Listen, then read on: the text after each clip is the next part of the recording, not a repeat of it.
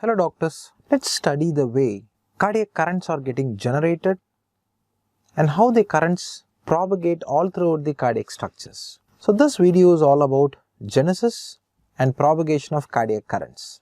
People, when it comes to genesis first, let us take into consideration autoexcitable cells.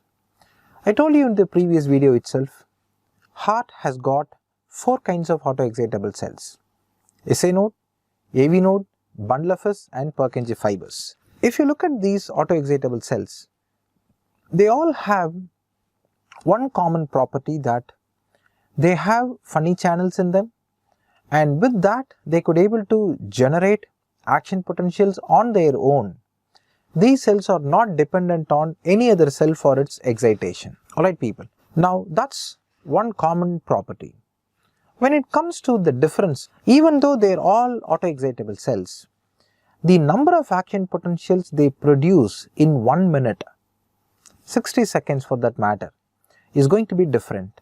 Every cell has got its own pace of action potential production. Every cell differs in the timing with which they generate one action potential. In that sense, if you consider sinoatrial node has got a natural rhythm of somewhat about 100 action potentials per minute. SA node could able to generate 100 action potentials per minute, which means, for 60 seconds 100 action potentials. AV node will be generating 40 to 60 action potentials per minute. Bundle of His as well as Purkinje fibers together will generate, each of that I'm saying, it's not together. Alright, bundle of His 20 to 40 as well as Purkinje fibers 20 to 40. People, don't misunderstand that. So bundle of His will produce 20 to 40 action potentials per minute. Purkinje fiber also produce 20 to 40 action potentials per minute. Alright. Now what does this tells you?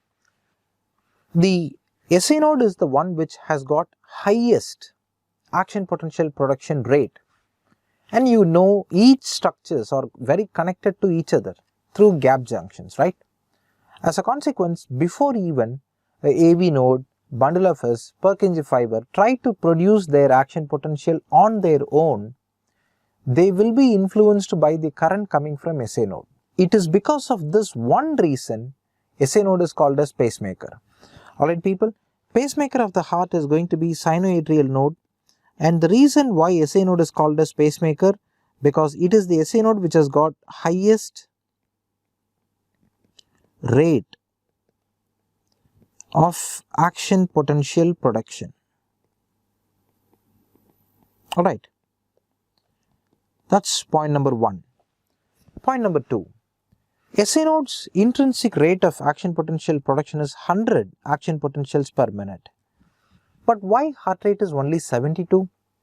Even though SA node has got a spontaneous activity of producing 100 action potentials per minute, alright, every time SA node tries to produce its action potential, it will be influenced by vagus nerve. And you know very well, autoexcitable cells has got acetylcholine sensitive potassium channel. When they are excited by acetylcholine, they start leaking potassium out of the cell, making the membrane potential to go negative, isn't it? Because of vagal influence, the time with which SA node takes to produce the second action potential becomes prolonged, which is the only reason why the heart rate comes to 72 per minute and not 100 impulses per minute. Have this idea guys.